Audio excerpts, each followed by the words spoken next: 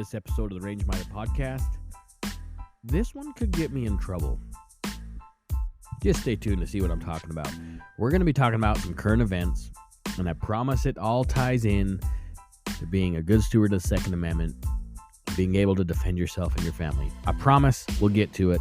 Just listen to this episode of the Range Minded Podcast.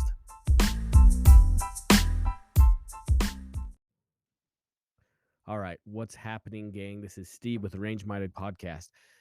Yeah, it's been a week. You probably heard, if you follow the lives at all on Instagram, you'll understand I had a pretty chaotic last few days.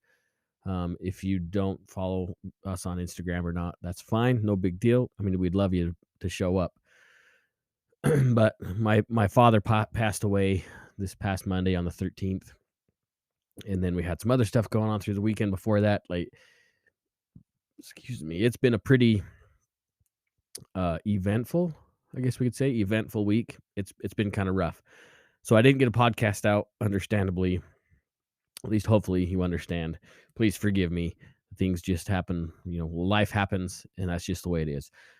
So as I was doing some show prep tonight, this show is going to be a little bit different than, oh man, I got the burps. Excuse me. This show's going to be a little bit different than any of the other ones. I know normally we try to stay with the self-defense and that kind of stuff. And I guess maybe this stuff will still tie in. But this show could give me a lot of negative backlash. Not maybe necessarily from our standard listeners and viewers on YouTube, if you're watching on YouTube. But there might be some outside forces, let's just say, that really disagree with some of the content that I'm sharing. And I'm going to do my best to tie it around to your personal defense and the defense of your family and defense of your sovereignty and defense of our country, because this, in my opinion, is the greatest country on God's green earth. Man, I got to turn down some stuff real quick because that sounds hideous. Is that better? Hopefully it sounds a little bit better. All right, let's jump into it. Now, I'm sure you guys have been paying attention to what has been going on in the United States over the last little while. I hope. Okay. Yeah, let's start with this story. And this is crazy. And I know you guys have been watching this, and I promise I'll bring this all around into a self-defense perspective. I promise you. Now, I imagine you guys are completely in the loop about the East Palestine, Ohio train derailment. And the stuff that is going on there is absolutely crazy. I was watching some videos, like I said, doing some show prep. In this stream, I don't know how far away it is from the train derailment. Honestly, it's on the internet, so who knows if it's real or not. We can only assume that it is, because the chemicals that are coming out of this train are nasty. This nasty. Okay, well, maybe you're not aware of the derailment. Let's talk about it. Okay, so this train carrying several train cars of nasty chemicals. Let's see if I can find you which chemicals they are, just so we know. Let's see. Vinyl chloride was one of the gases. Oh man, I can't remember where I read it. Anyway, there are several nasty chemicals. And then when they're all together, right, some of them are flammable, some of them are not. But when you combine chemicals, just like when we were cleaning the house as kids, your mom ever said, don't mix the bleach and whatever else together because it's nasty. And maybe she didn't tell you that. I don't know. I never clean the house anyway, so what am I talking about? So one of the stuff catches on fire. It's a slow burn. So the authorities decide, hey, let's just do a controlled burn just to get rid of the stuff. So they light it on fire, even worse. And if you want to see some crazy pictures, just Google it. Google the East Palestine train derailment, and you'll find photos of some crazy looking stuff. It looks like a nuclear bomb had gone off, just the plume of this thick black smoke, and then it's got black haze, at a certain level above the ground. Absolute crazy mess. It is awful. Stupid emails keep popping up. But of course, the EPA says, hey, don't worry about it. I'm sure everything's fine. We're burning off the chemicals. It's completely fine. But what we're getting reports of is a lot of the folks that live not far from where this happened, it's not fine. Uh, their livestock is dying. Uh, I've read a report where they're pulling out, thousands and thousands of dead fish out of the stream. Some dude that raised foxes not far from there, all of his foxes are dying of mysterious reasons. It's nasty. It's nasty. This stuff is known to cause cancer, the chemicals that they're burning off. Um, it is a disaster. And the EPA says there's nothing to worry about. It'll be fine.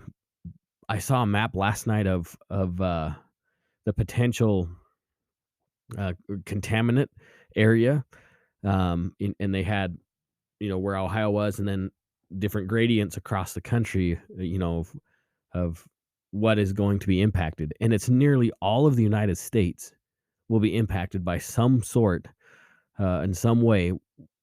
Well, I guess you could call it fallout of this chemical, as it gets in the atmosphere, and then stuff rains and goes into the groundwater. Not good, not good at all. Super sketchy. I mean, I don't know what to tell you guys. It's a mess. And once I opened this story, it it was cascaded into a bunch of other stories that just blew my mind. So yeah, so on February 14th, uh, is when the train crashed, and there was 38 cars were derailed. Then a fire started, which damaged 12 other cars. Um, Materials, so we already talked about vinyl chloride. A huge fire erupted, billowing smoke. Like, is so bad. Um, it's bad, super bad, pretty crazy. Um, they're now showing that there are problems with soil and water testing. So I was listening to some stuff on the radio. It was either this morning or yesterday morning. Um, about how expensive it is to get independent analysis done on the soils and water. $50,000 to get somebody over there to test it. When the EPA's we got our guys there, and it's not showing any kind of terrible contaminants. You should be fine, but you might want to leave your house just in case, type of thing. It is amazing what's going on. And oh yeah, so here, Department of Natural Resources in Ohio, they estimated that they they caught 3,500 dead fish just on the 8th of February. So obviously, so that was happened before. That doesn't make sense.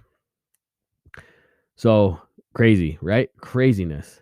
Like I said, this took me down a rabbit hole of like what's going on in the world, because I heard of some other crazy things happening.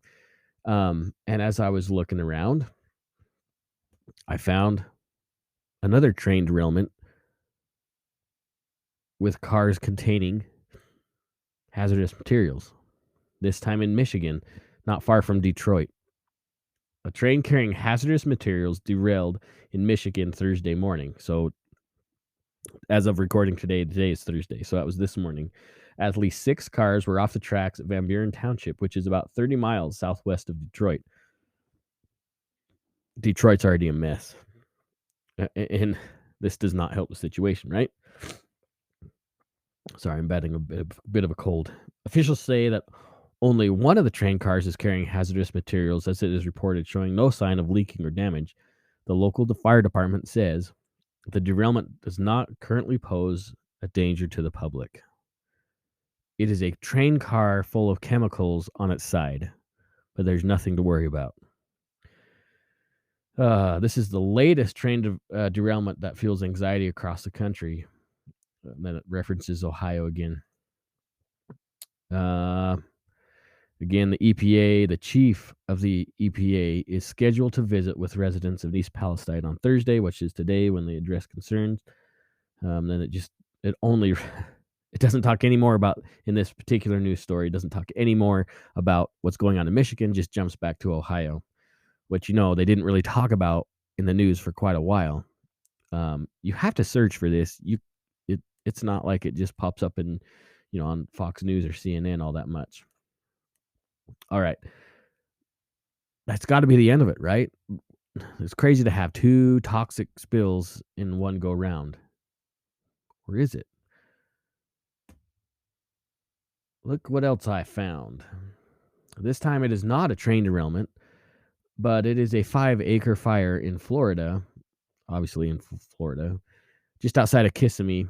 There's some kind of a nursery supply plant that I don't know if it produces plastic pots or anyway, it does some kind of thing with pottery, plastic pots for nurseries. Mysteriously caught on fire. Started with 2 little pots and then didn't take very long to burn pallets and pallets of stuff, and now the entire plant is up in smoke, releasing toxic gases over the public. What the heck? What the heck? Firefighters are responding to a massive industrial fire in Kissimmee, Florida that broke out behind the manufacturer of a plastic nursery and greenhouse supplies just a few miles away from Walt Disney World. Oh, maybe it was Big Mickey. Us I don't know how to Osceola County. I don't probably butchered that. Fire rescue officials say they responded to a call that came around 2 a.m. Thursday morning about a fire behind the nursery supply plant, and then it gives the address. Officials said about 2 acres of pallets that had plastic planters on them were ablaze. Oh, were set ablaze. I didn't read that part before when I read this. They were set ablaze. It wasn't an accident.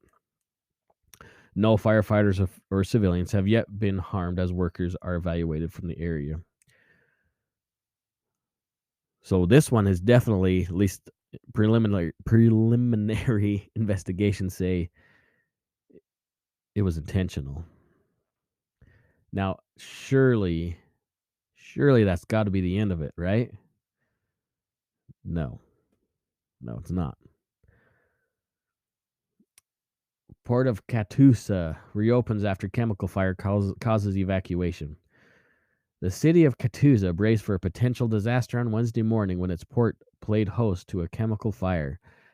As of Wednesday afternoon, the Tulsa Port Authority still wasn't sure what was inside the storage tank when it caught fire, but Port Director David Yarborough said that the responsible thing was to presume that the worst and err on the side of the caution. You know, we prepare for it, he said. Hope you don't have it.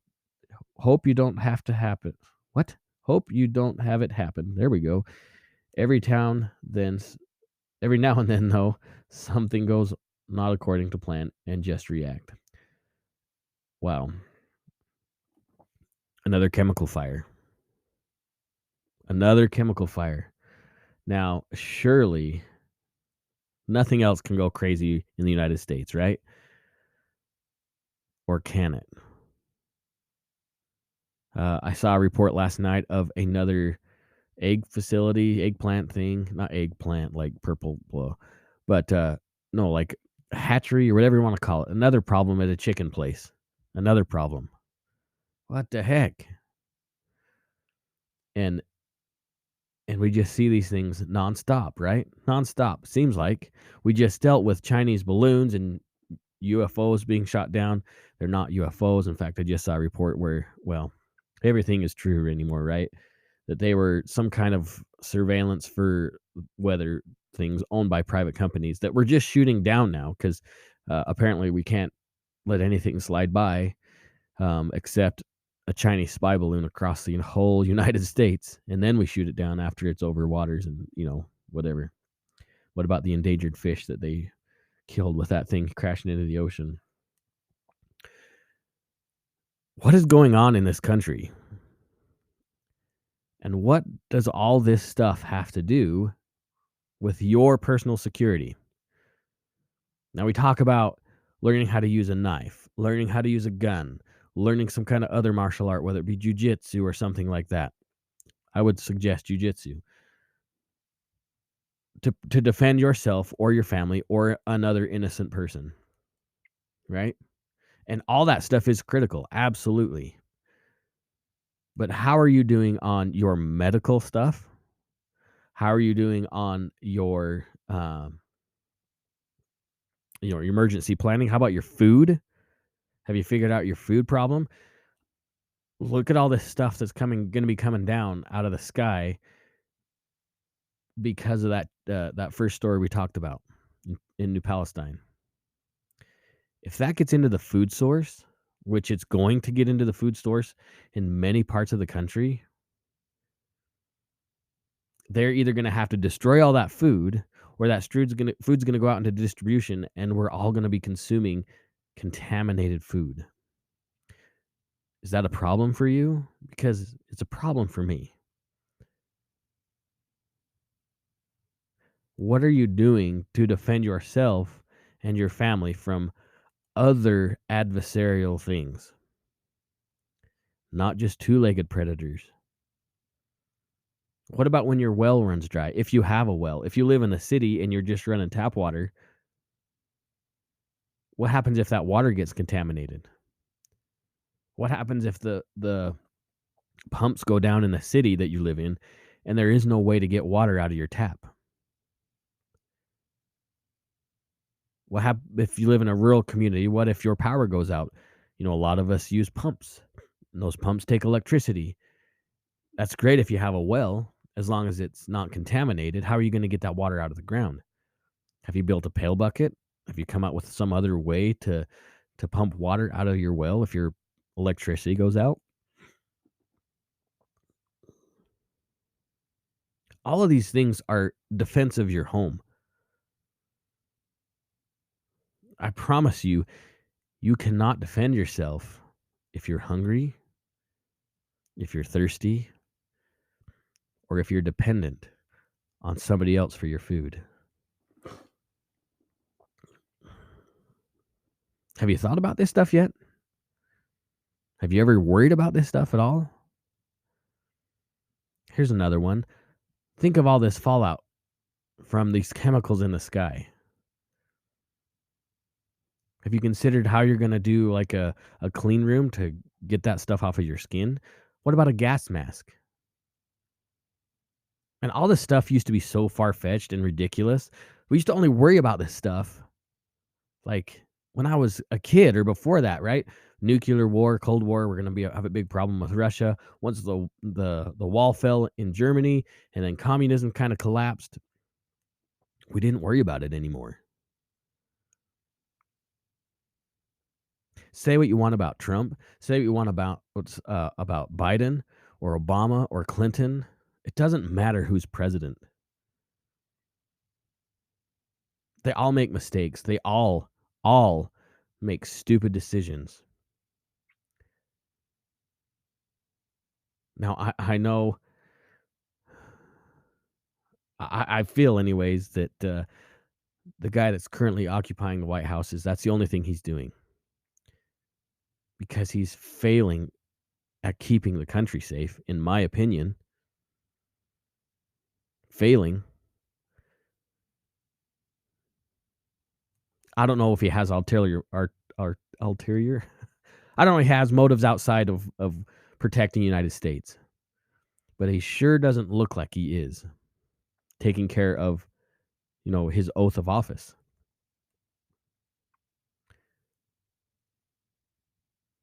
But what if it's worse than that? Now, I told you I was going to keep this all kind of in a self-defense realm, but as I went down the rabbit hole and as I was reading stories, it got so much worse. Now, I'm not trying to say, "Oh, I'm a conspiracy theorist, I'm a doomsdayer." No. I'm not a doomsdayer, but I'm a realist. And I can see how close the crap is to the fan. What if it's all a distraction? I mean, they are playing with lives, igniting a controlled burn on toxic chemicals to release them into the atmosphere. That didn't seem like a very wise decision. But what if it was nefarious? I mean, we don't want to think that way. But what if? What are they trying to hide? That was the big question, right? What's the distraction? Well, the Epstein list. Yeah, stuff's starting to heat up there. And if both sides of the aisle have people involved with Jeffrey Epstein and they're in control. Don't you think they're going to want to do things to make sure that they're staying in control? Just saying. Steve's a conspiracy theorist. Maybe. Maybe. But there's been a lot of conspiracies over the last little while that aren't theory anymore. It gets worse. Put your house in order. Figure out your water supply. Figure out storage for water. Because what you need, like a gallon a day minimum per person per day. That's a lot of water. Foods, 2,000 calories a day. That's a suggestion, right? I know, like I was looking at MREs before I even did this. Like, not has nothing to do with this. I was just looking at food storage. MREs are expensive. Food storage is expensive, especially good stuff. But it'll be priceless if we live in a society where we need to use it. It'll be to the point where you can't afford food if you have to use it at some extreme level. Now, I've been to where I didn't have a job and I didn't have a way to make money. Things just weren't going as planned, where I had to use my food storage to survive. Not a like catastrophic emergency, but my family had to eat, and we used that for like a week to eat. So it has nothing to do with crazy prepper stuff. Sometimes you need it to eat because you may not have money to buy food. I've been there. I've had to do it. You know, I wasn't really joking about gas masks. When you think about this toxic stuff coming out of the sky all over, central United States to the East Coast, kind of scary. Kind of scary, folks. Get some quality gear that's life-saving. And don't forget that stuff all has expiration dates too. All right. Now we're going to go to the part that may make somebody unhappy. It may make well, you never know. We don't know what it's going to do to the podcast. I might get some nasty emails. I might get some nasty comments. Who knows? I'm sure I'm already on a bunch of lists anyways, so be that as it may. This story is crazy. And it disappoints me. And it infuriates me. Absolutely nuts. U.S. Navy attacked Nord Stream pipeline, says Pulitzer Prize-winning journalist Seymour Hersh. You guys remember what happened with the Nord Stream 2 pipeline? It mysteriously blew up after the invasion of Russia into the Ukraine. Well, this particular journalist says it was the United States. And if this is true, it's crazy. It is not good. The destruction of... I'm just going to read this whole story. You're just going to have to bear with me. This is from... Wow. It's from the Socialists, my friends. The International Committee of the Fourth International. World Socialist website. But it is in English.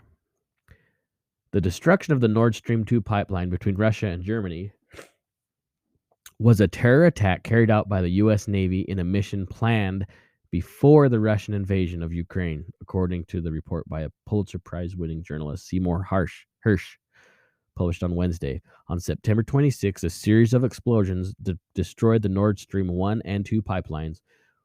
By the way, this was February 9th of this year. Nord Stream 1 and 2 pipelines, which shipped natural gas from Russia to Germany. While no one had publicly admitted to responsibility, U.S. officials have expressed satisfaction at the pipeline's destruction. Seymour Hersh is one of the world's leading investigative journalists who exposed the My Lai massacre during Vietnam War. He also contributed to revealing the Watergate scandal and prisoner abuse at Abu Ghraib. While Hersh as usual, does not report his sources, and his accusations cannot be independently verified. His reporting has been confirmed again and again in the past. So he was accurate in the past, but they're casting shade on his report now. Uh, this is from Hirsch. Last June, the Navy divers operation under the cover of widely publicized midsummer NATO exercise known as the Baltops 22 planned a remotely triggered explosive that 3 months later destroyed 3 of the 4 Nord Stream pipelines, according to the source with direct knowledge to the operation and planning. The terrorist attack on Nord Stream 1 and 2 pipelines destroyed civilian infrastructure valued at over $20 billion. It resulted in the single largest spill. Okay, listen to this. If this is true, listen to this. It resulted in the single largest spill of methane gas in human history, releasing the equivalent of 14.6 million tons of CO2 with major climate impact. The attack contributed to a spike in energy prices through Europe and the entire world. In congressional testimony, Undersecretary of State of Political Affairs Victoria Nuland said, "I think the administration is very gratified to know that the Nord Stream 2 is now, as you like to say, a hunk of metal at the bottom of the sea." These statements strongly suggest that the U.S. and its allies viewed the attack favorably. They also made it appear likely that the attack may have been directed by Washington through an intermediary such as the Ukraine Special Forces. According to Hirsch, however, the attack was not only planned by the United States, but actively conducted by the U.S. Navy. If true, what occurred was a staggeringly reckless attack on Germany, a NATO ally to the U.S. The United States fought against Germany in 2 world wars, in which hundreds of thousands of American soldiers were killed. In 1917, the United States nominally entered World War I in response to the German policy of indiscriminately striking American civilian ships with submarines. In his report, now I know you guys are probably don't want me to hear this or hear me read this, but I think it's important that I read the text so you know it's not me coming up with anything. This is the source. In his report, Hirsch explained the economic significance of the Nord Stream pipelines. Listen to these numbers and understand why I'm frustrated. From its earliest days, Nord Stream 1 was seen by Washington and its anti-Russian NATO partners as a threat to Western dominance. The direct route, which bypassed any need to transit Ukraine, has been the boon for German economy, which enjoyed an abundance of cheap Russian natural gas, enough to run its factories and heat its homes, while enabling German distributors to sell excess gas at a profit throughout Western Europe. Money, money, money. American political fears were real. Russian President Putin would now have an additional and much needed major source of income, and Germany and the rest of Western Europe would become addicted to low-cost natural gas supplied by Russia, while diminishing European reliance on America. Follow the money, folks. Follow the money. As long as Europe remained dependent on the pipelines for cheap natural gas. Hold on, I gotta check something real quick. Okay. Now back to the story at hand. As long as Europe remained dependent on the pipelines for cheap natural gas. Hold on, let me check again real quick. Yep. Washington was afraid that countries like Germany would be reluctant to supply Ukraine with money and weapons to defeat Russia. Hirsch does not note the following shutoff of European natural gas imports from Russia. The U.S. massively. Okay, listen to this too. This is mind-boggling. Hirsch does not note that the following shutoff of European natural gas imports from Russia. The U.S. massively increased natural gas exports to Europe, leading to record profits for U.S. energy companies. Now, Biden is like he always gets pissed off about, oh, these gas companies are making so much money. Record profits. He created the record profits for these gas companies, and then he's berating them for such. Interesting. As one European official said to Politico, the fact is, if you look at it soberly, the country that is most profiting from the war is the U.S. because they are selling more gas and at higher prices, and because they are selling more weapons. Hirsch reports, excuse me, I keep calling him Harsh. Hirsch reports that plans for the American attack on Nord Stream 2 were already in the making ahead of Russia's invasion of Ukraine. Another thing that he writes, on December of 21, 2 months before Russian tanks rolled into Ukraine, the National Security Advisor Jake Sullivan convened a meeting with a newly formed task force, men and women from the Joint Chiefs of Staff, the CIA, and the State Treasury. Not sure why they were there. And asked for recommendations about how to respond to Putin's impending invasion. Hirsch claims, his name is Hirsch, not Harsh. Hirsch claims that Sullivan proposed the plan of destruction. The plan for the destruction. Gosh, I cannot read lately. The plan for the destruction, and that he was delivering on the desires of the president. Describing reasoning among the war planners, Hirsch writes, "It is not kiddie stuff," the source said. "If the attack were traceable to the United States, it is an act of war." Wake up, folks, wake up. On February 7th, ahead of the invasion, the U.S. President Joe Biden declared publicly, if Russia invades, there will no longer be a Nord Stream 2. We will bring an end to it, end quote, by President Biden. According to Hirsch, Biden's statement shocked the planners of the operation. Several of those involved in the planning of the pipeline mission were dismayed by what they viewed as indirect references to the attack. And this is another quote from one of the sources.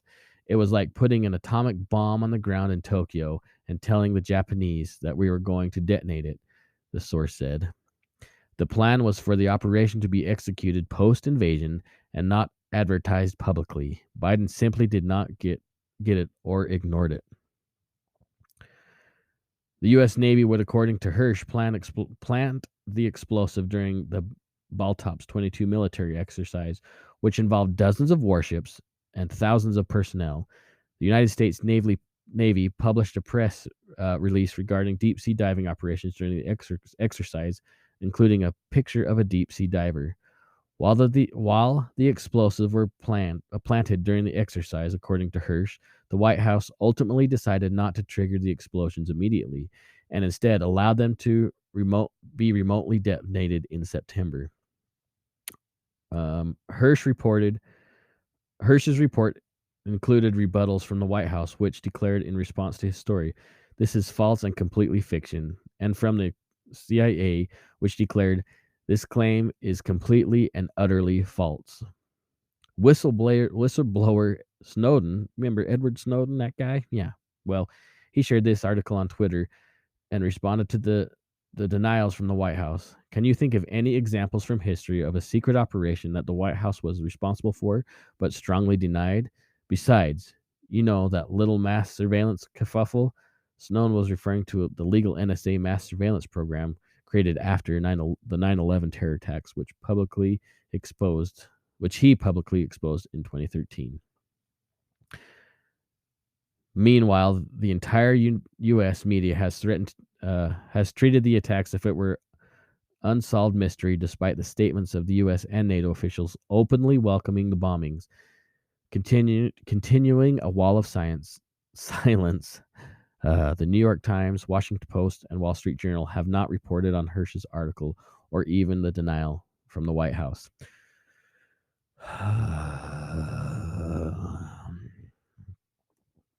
Interesting, don't you think? Interesting.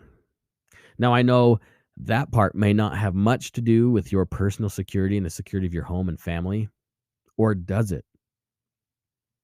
Or does it? This is not cool. If Hirsch's stuff is true, we could be in a serious problem within this year.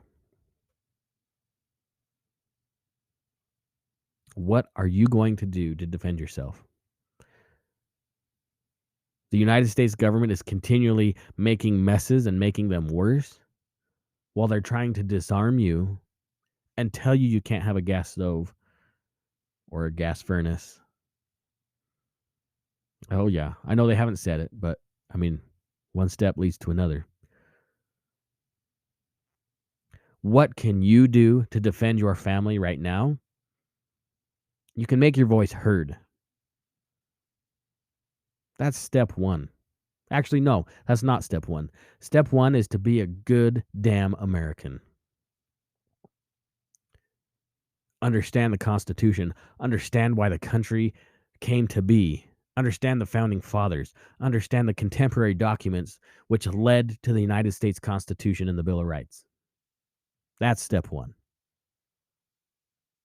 Step two is getting involved, not in violence. Don't be asinine.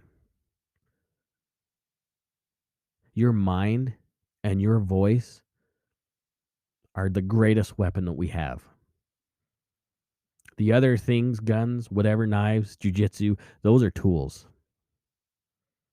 Your mind is the weapon. You need to exercise that thing.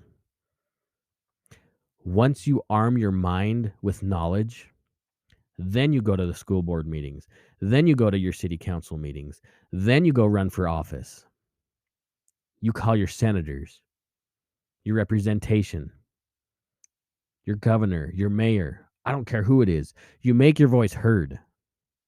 Stuff like this is careless, and they're playing with our lives because they don't care about you and me. They care about the power that they have.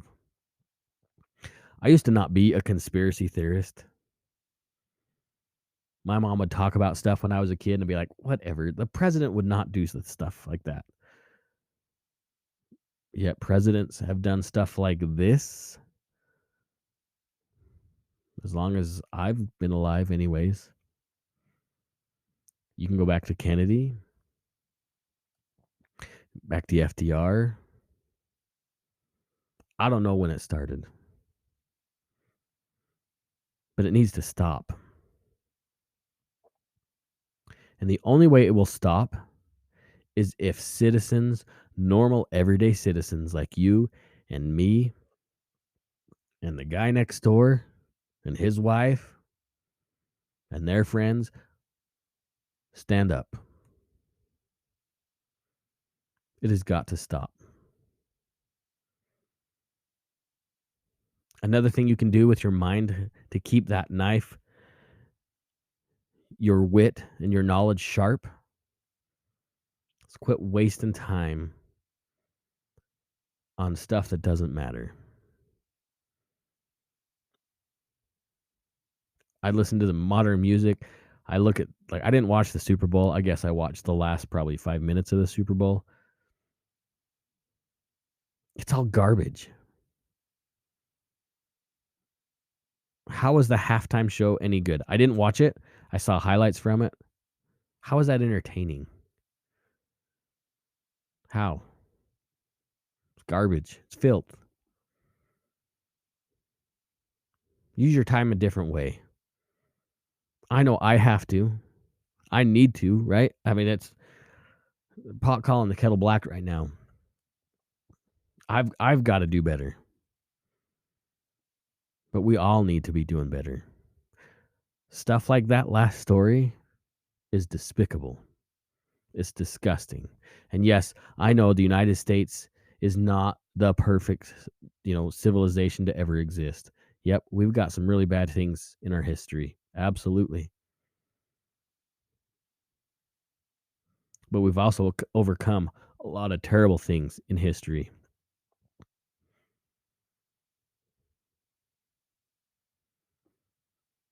All it takes is good people to stand up and say enough. How do you stand up against somebody that's trying to kill you? You use the tools that you have. You stop being a victim and you fight with everything you have. And you die fighting if you have to. That's the instinct of humans, right? Our survival instinct has been from thousands of years, right? It's ingrained in our DNA.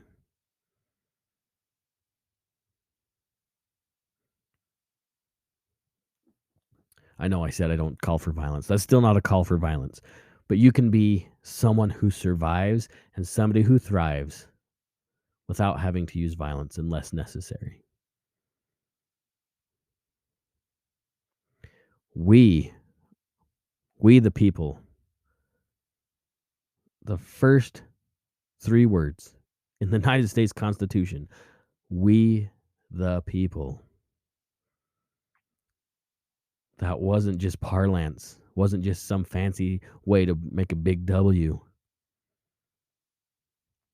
The founders understood who the power belonged to. We the people. And for too long have we trusted local representation all the way up to our national representation to have our best interest in mind. And our apathy has put us in a position which is not good. We talk about Cooper's color codes of awareness, right? What is the worst color to be in? Is white. Why? Because you are oblivious. You are overly comfortable. You are not paying attention to anything around you. We should always be in yellow. We should always be aware of what's going on around us. We should always be able and be willing to understand where the exits are in case something bad happens. Or orange. I guess orange is where we should be, right? We don't want to have to be in condition red. If we have to go to red, it's too late. God forbid we fall into the black, where we just shut down and become a victim.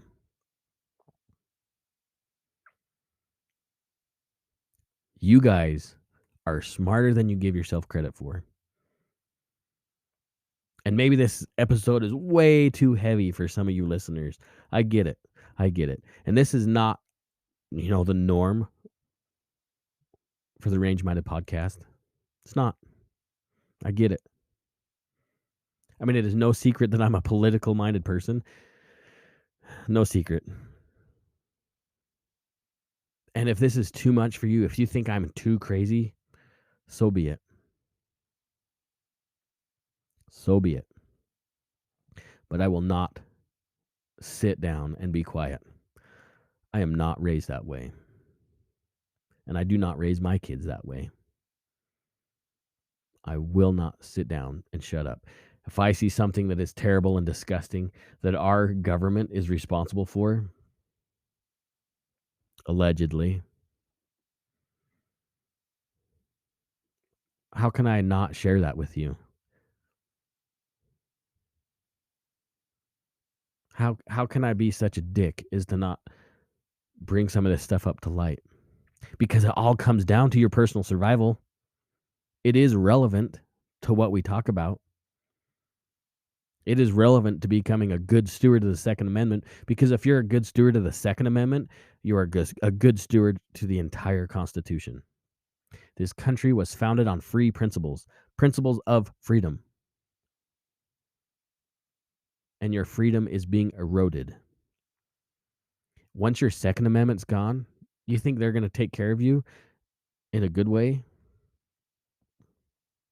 Do you think they're going to worry about your speech? They're already trying to censor speech. And then what? What's next?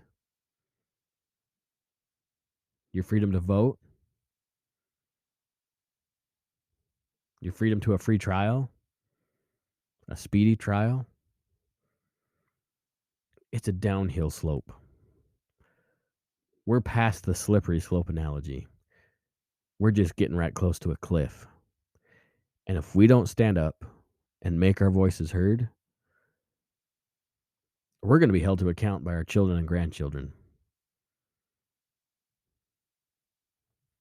Wake up, friends. Wake up. I told you this episode was going to get dicey.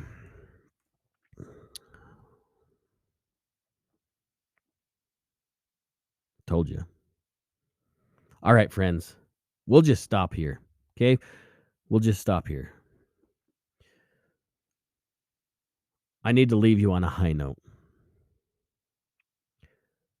Now, I told you in the beginning of this episode that my dad passed away. You would think that was the lowest part of my life up to this point. And it was hard. I'm not going to pretend it was easy. It was hard. I remember thinking of a kid, thinking as a child, I remember as a child, I was thinking about this day coming. Not that I wanted my dad to die. No. But thinking how hard it was going to be when that time comes. And it was hard. It is hard.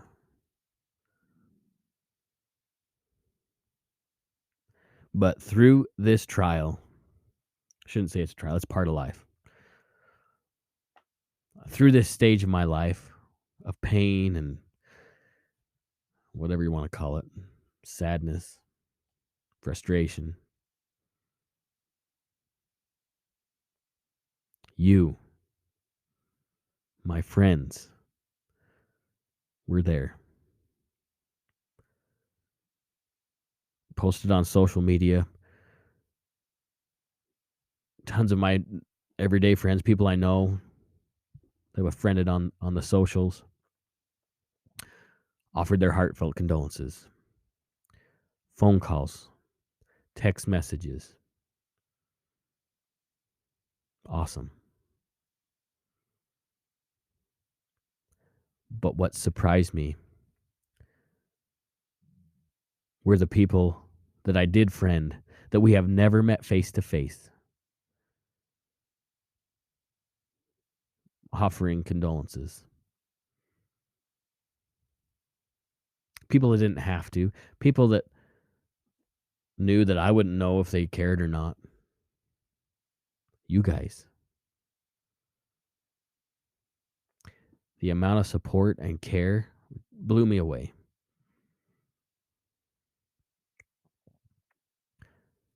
Yes, this is the uplifting part of the show. I promise. I need to get rid of that cough. You guys are amazing. You guys showed me that in our darkest hour, when we feel like we need to be alone, but shouldn't be, that we don't have to be. That's my stomach growling, by the way. You guys showed me that it's okay to reach out. It's okay to be there for somebody that you do not know, just in case they need somebody to talk to. Every one of you guys know somebody else that's going through something. Maybe you don't know that maybe you just have a hunch that somebody's dealing with something. Follow that hunch. Reach out to them. I know we always say take somebody shooting. Maybe just make a phone call. Be the light that you want others to be. Be there for somebody who needs you, because you don't know how that might help them. And for hell's sakes, don't dismiss somebody when they want to help you. I'm just as guilty of it.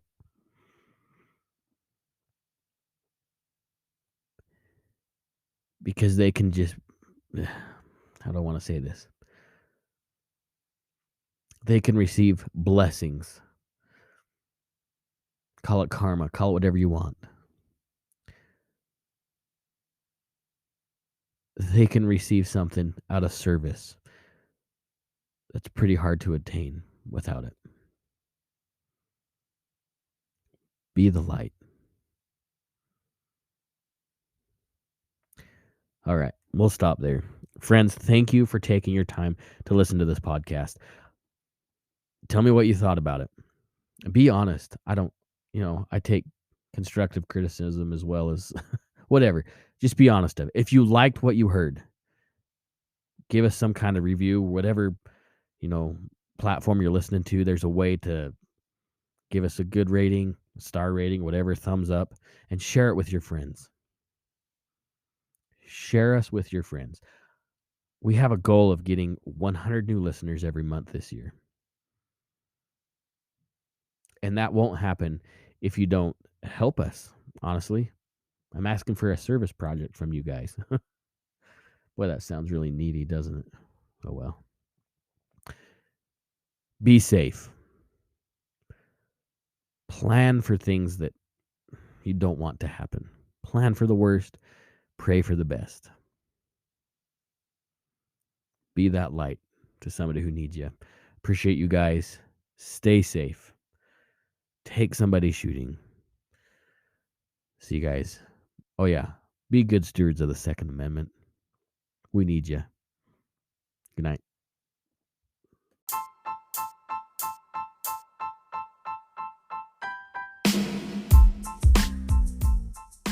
Hey, gang. Thanks for listening to this episode of the Range Minded Podcast. We enjoy having you guys here. Plus, if you want to reach out to us on our social medias, we got @RangeMinded on Instagram or Facebook or even Twitter now. And we just started a YouTube channel. Well, we started a while ago, but we're actually trying to use it, so you can find us on YouTube as well. If you want to email the show, you can email us at rangeminded@gmail.com. We check that all the time. Anyways, give us a good rating, give us a review, whatever it takes. We'll take whatever level you want to give us, and we'll see you next time on the Range Minded Podcast.